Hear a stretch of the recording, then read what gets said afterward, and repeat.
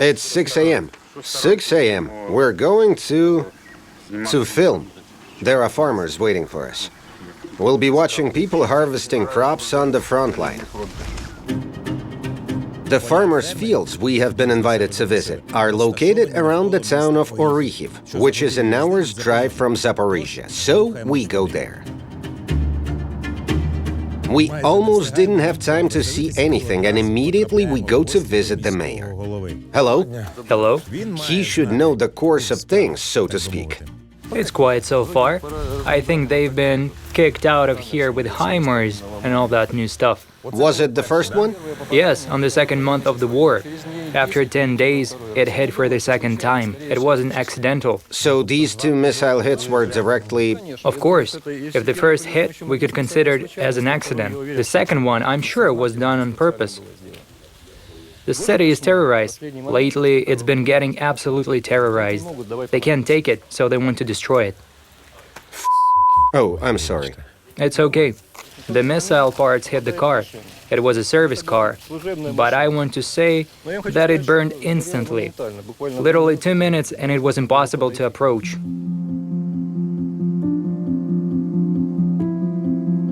Are there many people left in the city? Yes, seems like a lot to me. About 25%. And the migration has started to reverse. They're coming back now, right? They're coming back, yeah. Well, they probably have no money, nowhere to stay. I don't know where our people get their conscience from, but those who stayed, you can rely on them. These are really conscientious people, the ones who are here to the end, not leaving their homes.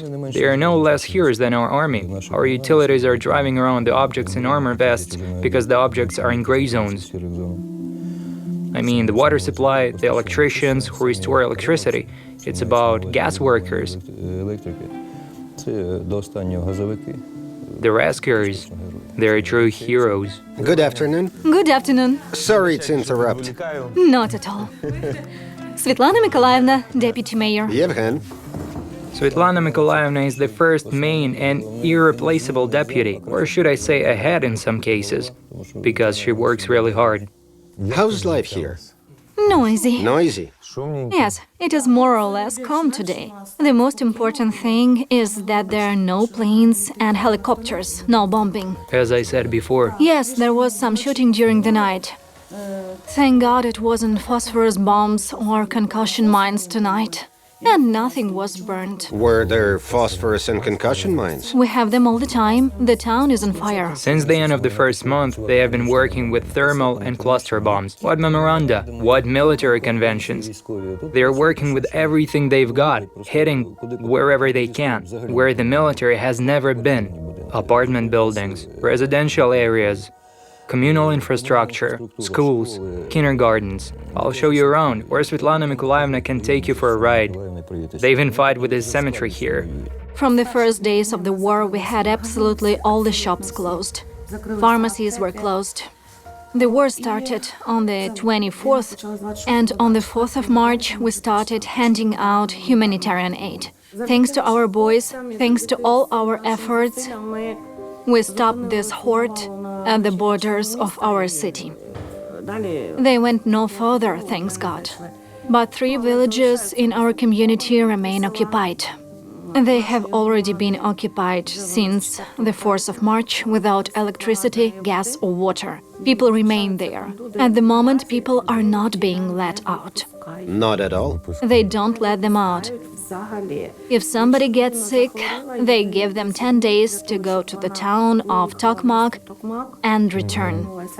Because their relatives remain at home, and if they don't come back, their relatives are killed or taken away.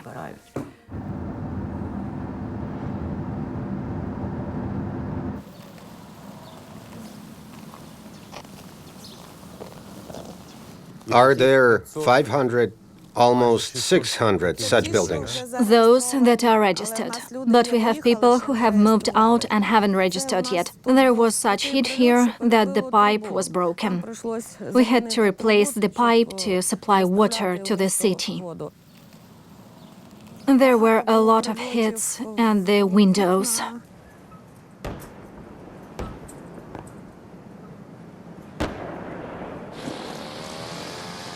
There you can hear explosions, and here a man is cutting grass. Of course he is.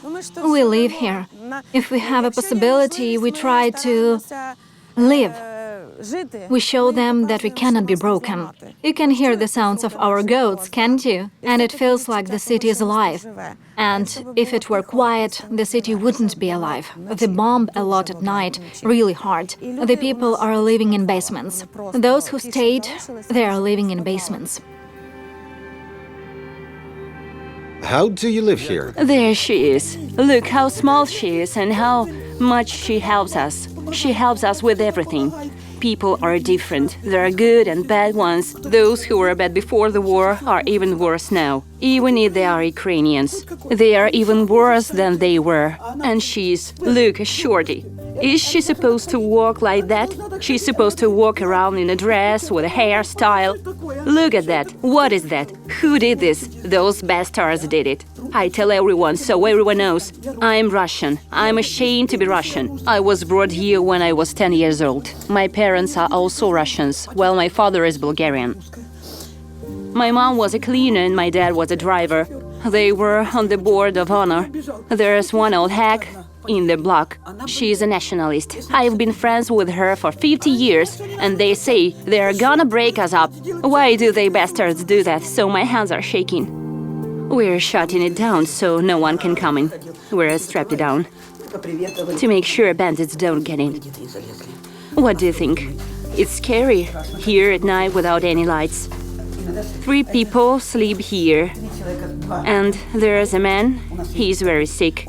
He's built it himself to close up in there. He's hiding, he's afraid. How many people live here? 15. 15 people. Yes, 15. And we have a little girl with us.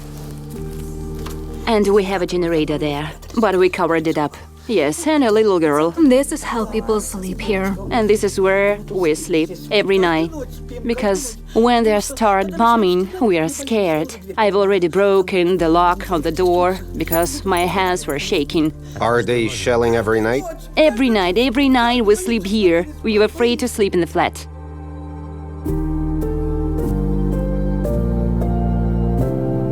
People live. People believe in victory. People don't want to leave. They don't want to go anywhere. They believe that we are and we will be Ukraine. You know, unbroken cities are made by unbroken people. An unbroken country. Yes, an unbroken country. So when you look at the people, we've been doing evacuation for 4 months. Of 19,000 people, 4,000 stayed, and now the others are coming back little by little. And people don't want to go. They just believe. They say, we will stay home. It's just been renovated, isn't it? The renovation was done last year. When there was a hit here, those were the hurricanes. There's no wall at all. There's no roof at all. We've covered it up because instruments were taken out. But we couldn't take out piano because it was damaged. And this is the result of hurricane bombardment.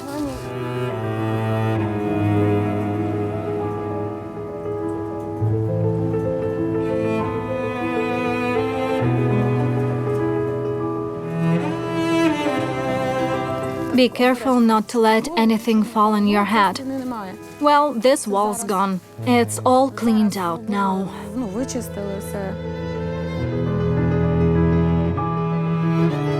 The little things we took out, but the big ones we can't take out. It was a library for our children. And now it's just like that.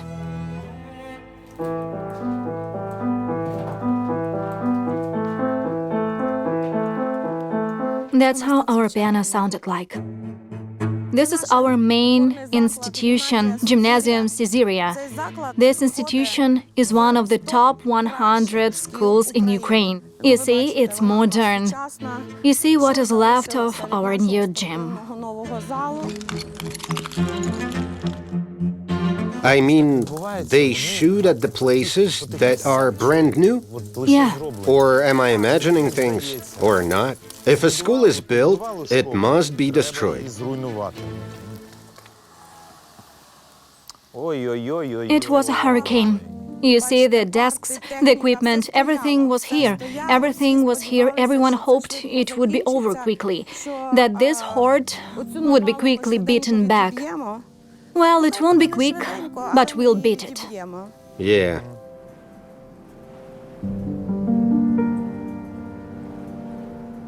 There are a lot of children staying in Zaporizhia. A lot of them stayed and never moved out. And our teachers who stayed here, we offer them to go there. We provide them with housing.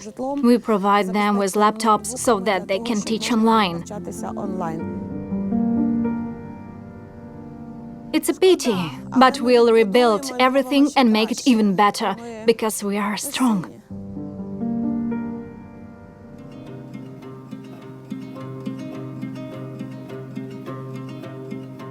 How do you live here?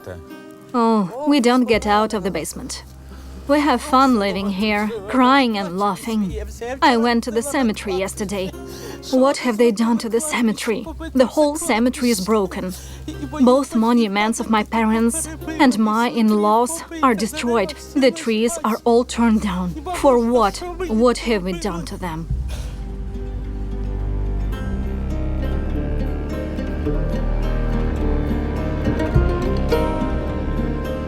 Are you going home already? Yeah, They say we have to hide before 10 p.m. they do? Well, I see.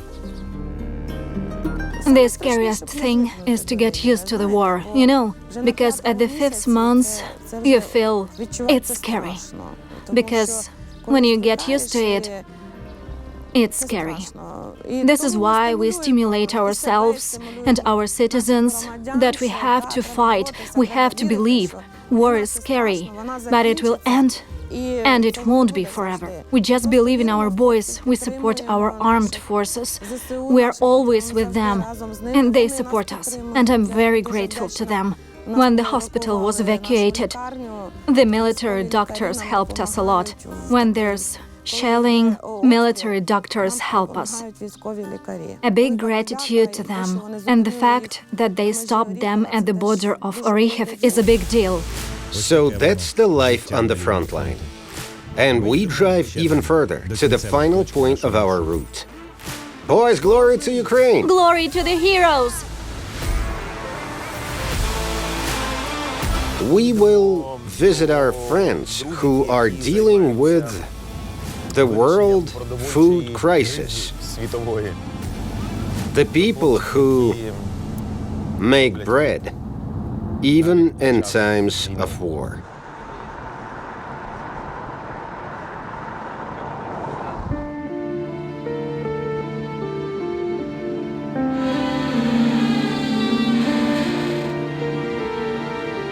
On the 28th of April, there was a first missile hit here. Then another one was added just recently. So, there it is. Is it sunflower seeds? Sunflower, yes. Those are 3,000 of sunflowers. Just so we understand, there was a hill 4 meters high. How much money is that? 60 million hryvnias. 60 million hryvnias. For half an hour I've been taking a sedative. My brother says, calm down, it's just money. I'm not going any further, and neither should you. Do you see the smoke? Yes, yes. That is from the 28th of April. As I understand, you've built this warehouse, right? Yes, we built everything here. All this construction. The warehouse is brand new. It was commissioned just before the war. It's so damn expensive.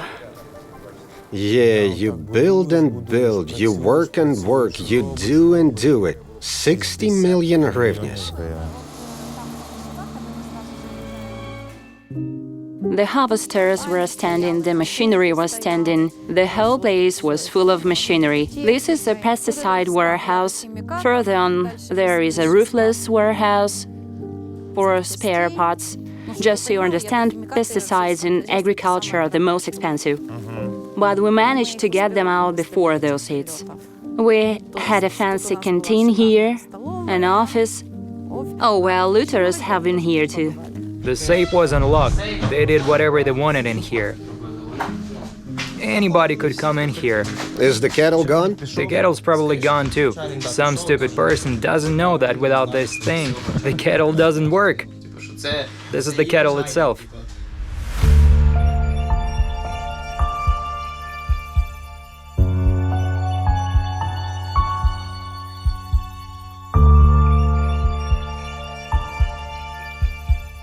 It's quite recent.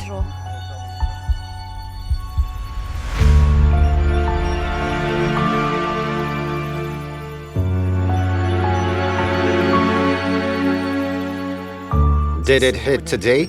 Yeah, it was today, Don't breathe much in here. in the morning. Oh. So it was still intact yesterday? No, there have been missile hits here before this, but this bunch did catch fire today. You can feed Zaporizhia for 6 months with this. This is food wheat. We hope to take it all out somehow. The enterprise is financially stable, so we do not sell products immediately at harvest time. We bide our time. We look at the prices. Usually prices are high before the new harvest because everyone has sold out. No one has anything left, and then we start selling. Well, as you see, it didn't work out this year.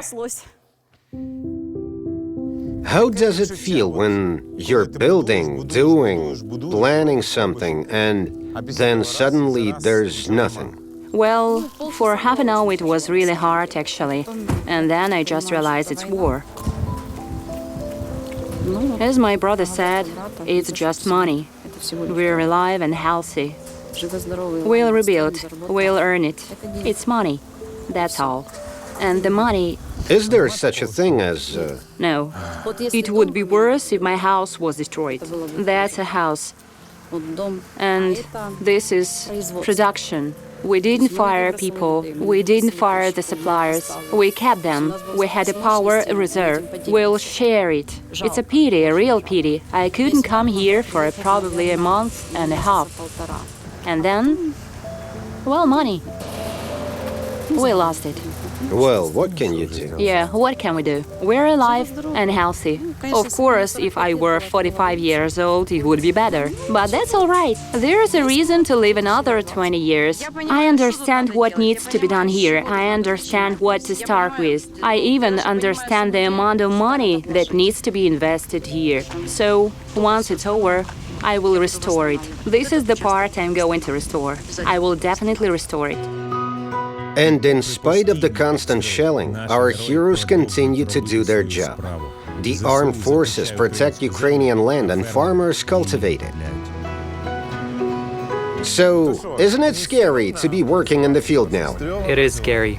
But you're working. Yes, our bread needs to be harvested. There are times when it hits the field and you have to run away. All the instincts come out. Then we pick up the reapers and run off. So it's a risk? It is a risk, yeah. Even missiles were falling down here, and the cassette bombs too. We call the rescue team, the bomb squad. They also give us a 90% guarantee, and 10% is left to us. The driver isn't protected, is he? He's not. He's sitting there and he can't see anything, right? Yes, there is a mass of wheat. We are mowing now, so we can see something, but we can't see a shell exploding in the mass. This is a great responsibility for the harvester, the driver. How do the harvesters feel about it? Is there such thing as no, I'm not going? There is, yes. We're talking. They trust me. If we see any doubts, we see craters, we go around them. We leave these areas and call in the bomb squad. Have you ever found anything? Yes, we have. For example, on this field. The field was untested. It was reported that at the beginning of hostilities, this field was mined on the edge. So now, as you see, we have left the part of the field untouched. We will not mow there until the warheads are cleared, or they say there are no mines there. There have been cases when pieces of metal from Smerch or Grad have fallen into the reapers. or cases when the sprayer has run into shrapnel and it cut the wheels. Or a big tractor with wheels costing 110,000 has had 2 wheels damaged at once. Oh, It came upon shrapnel and the tires were beyond repair. but everyone's healthy and alive? Healthy and alive, thank God, yes. The most important thing about our work is that we try to ensure safety.